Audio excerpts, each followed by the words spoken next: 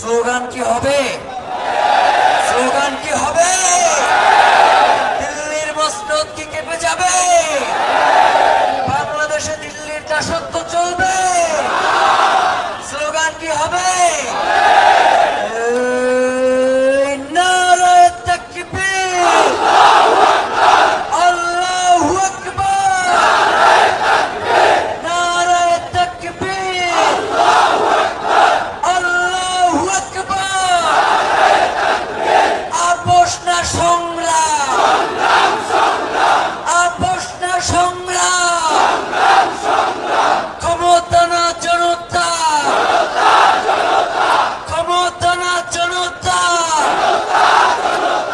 দালালি না রাজপথ, দালালি না রাজপথ, গোলামি না আজাদি, গোলামি না Azadi,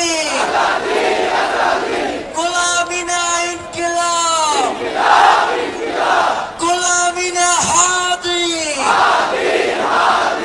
We want, we want, we want, we want, we want, we want, we want, we want. এবং কবিতায় আমরা যেমন সবসময় বলি যে বাংলাদেশ অপরূপ বাংলাদেশ, সুন্দর বাংলাদেশ, কিন্তু বাংলাদেশের ভেতরে অনেক ধরনের অসুন্দর বিষয় রয়েছে বলেই এই বাংলাদেশের জন্য হাদিদের এখনো জীবন দিতে হয়। আবারও স্লোগানে উত্তাল শাহবাগ। ঘুরে ফিরে ভারতীয় আধিপত্যবাদের বিরুদ্ধে এক ধরনের উচ্চারণ কিন্তু আমরা দেখতে পাচ্ছি। আমরা সবাই হাদি হব, যুগে যুগে লড়ে যাব, আমরা সবাই হাদি হব, আমরা সবাই হাদি হব, যুগে যুগে লড়ে যাব, আমরা সবাই হাদি হব, যুগে যুগে লড়ে যাব, আমরা সবাই হাদি হব, বুক চিতিয়ে লড়ে যাব।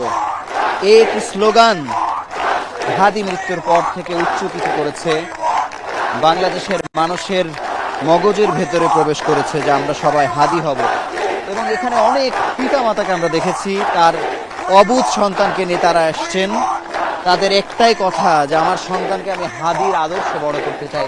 তাহলে এই যে বাংলাদেশে এত নেতা, এত জন, কেউ কিন্তু বলছে না যে আমি অমুক নেতার মতো আমার সন্তানকে বানাতে চাই। তারা ঘুরে ফিরেই বলছেন যে তারা হাদির মতো, হাদির আদর্শ, যে হাদির আদর্শ বাংলাদেশকে এত সঠিকভাবে শুদ্ধ সুন্দর করে এইভাবে ধারণ করতে পারার মতো নেতা আসলে পাওয়া যায়নি বলেই হয়তো তারা চাইছেন যে হাদির আদর্শে যেন বড় হয়।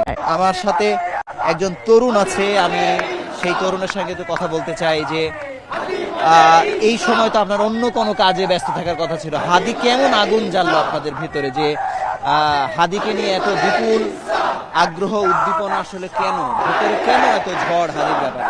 দেখুন, জুলাইয়ের আন্দোলনের শুরু থেকে আমরা হাদিবাই সহ ঢাকা রাজপথে আমরা স্বৈরাচারের বিরুদ্ধে আমরা আন্দোলন করেছি। তো হাদিবাই আমাদের মনের মধ্যে এমনভাবে গেঁথে আছে যে একসাথে আমাদের সহযোদ্ধার সাথে আমরা যদি রাজপথে যুদ্ধ না করতাম তাহলে আমরা সেটা বুঝতে পারতাম না। তো হঠাৎ হাদিবাই আমাদের সাথে কাজ করছি, আমরা রাজপথে কাজ করছি, পেশিবাদ পরবর্তী আমরা বাংলাদেশ পুনর্নির্মাণের জন্য কাজ করছি। হঠাৎ হাদিবাইকে আমরা হারিয়ে ফেললাম, কিন্তু এই হারানোর বেদনাটা আমরা মেনে নিতে পারছি না। সেই কারণে আমাদের সহযোদ্ধাদের হারিয়ে আমরা আজ এই আন্দোলনে। যারা হত্যা করলো তারা কি সফল হয়েছে কোনোভাবে? মানুষ তো আরো বেশি জেগেছে। আমি মনে করি তারা সফল হয় নাই, কারণ এই যে লক্ষ লক্ষ তরুণের রক্ত গরম করে দিয়েছে, তারা তাদের ভাইকে দুনিয়া থেকে তারা সরিয়ে দিয়েছে। আমি মনে করি তারা সফল হয়নি। হাদির সঙ্গে কখন আপনারা এক ছিলেন বা একসাথে আন্দোলন করেছেন? কোথায় কোথায় হাদিকে পেয়েছেন? হাদিবার সাথে আমরা হচ্ছে শহীদ মিনার অঙ্গনে, শহীদ মিনার, ঢাকা বিশ্ববিদ্যালয় এরিয়াতে আমরা আন্দোলন করেছি। আমি যদিও ঢাকা বিশ্ববিদ্যালয়ের স্টুডেন্ট না বা আশেপাশে কোনো বিশ্ববিদ্যালয়ের স্টুডেন্ট না, ঢাকার বাইরে আমি পড়াশোনা করি, তবু আমরা ঢাকাতেই একসাথে আন্দোলন করেছি। আপনাকে ধন্যবাদ আমাদের সঙ্গে যুক্ত হবার জন্য। মানুষ আসলে পাগলের মতো অনেকটা মানে দ্বিধাহীনভাবে এবং বিরতিহীনভাবে স্লোগান দিয়ে যাচ্ছে। তারা আসলে ন্যায় বিচার চায়, হাদির জন্য যারা ন্যায় বিচার চায়। যে হাদিকে তারা হারিয়েছে, এই শোক তারা কোনোভাবেই ভুলতে পারছে না। আপনি দেখছেন নারীদের উপস্থিতি, একজন নারী আমার সামনে দেখতে পাচ্ছেন যে তার সন্তানকে নিয়ে তারা ছুটে চলছেন এবং আসছেন। আসলে উপস্থিতি আমাদের আসলে অবাক করছে, যারা তাদের ছেলে মেয়েকে নিয়ে এখানে এসছেন।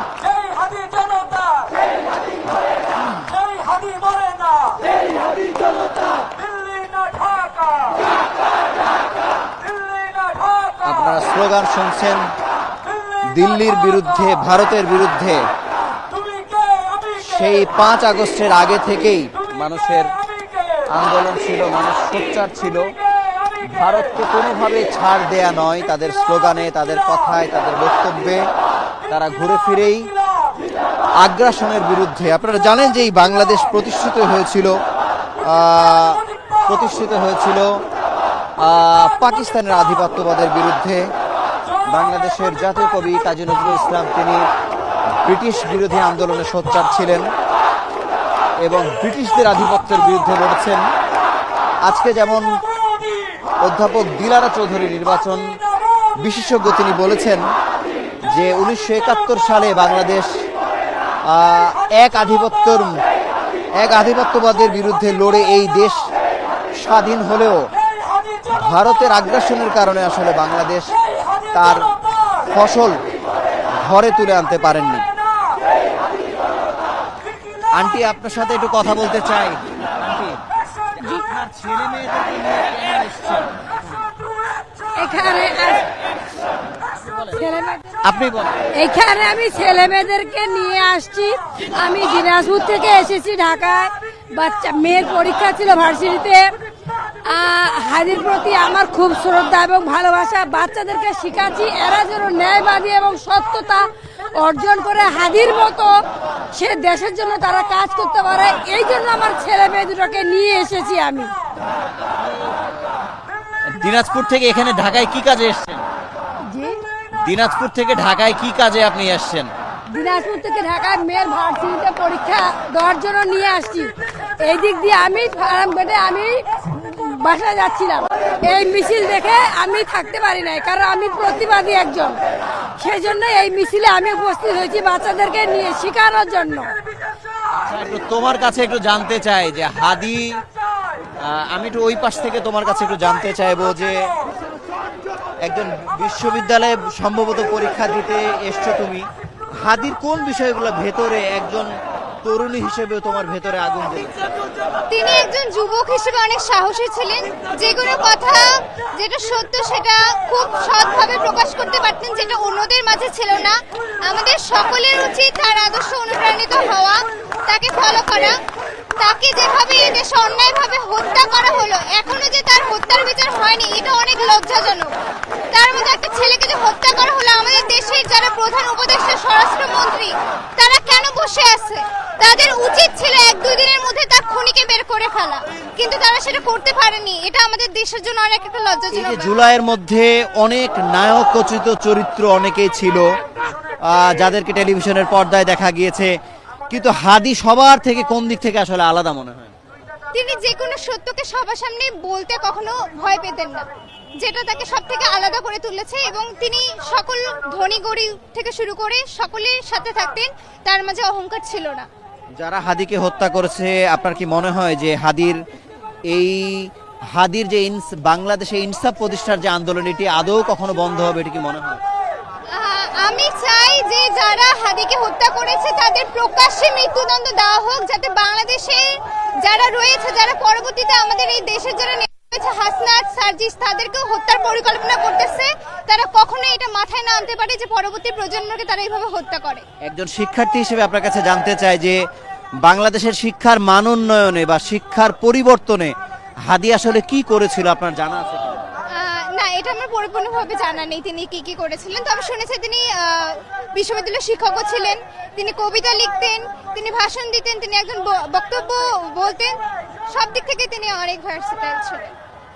আপনাকে ধন্যবাদ আমাদের সঙ্গে যুক্ত হবার জন্য। একজন মা তিনি দিনাজপুর থেকে এসেছেন, দিনাজপুর থেকে যাবার পথে তার ছেলে এবং মেয়েকে নিয়ে দেখে তিনি আসলে চলে এসেছেন, তিনি আন্দোলনে যুক্ত হয়েছেন। আপনারা শুনছেন স্লোগান।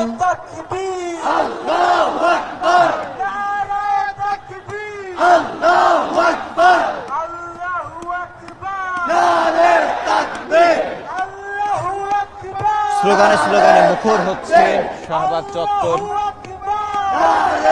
রাতের আধারে মানুষ তার হাতের মোবাইল জ্বালিয়ে বাংলাদেশের পতাকা উচ্চকিত করে হাদি হত্যার বিচারের দাবিতে তারা একাট্টা হয়েছেন। তারা হাদির বিচার নিশ্চিত না হওয়া পর্যন্ত, হাদির হত্যাকারীকে গ্রেফতার না করা পর্যন্ত তারা আসলে এখান থেকে ফিরবেন না বলে শপথ করেছেন।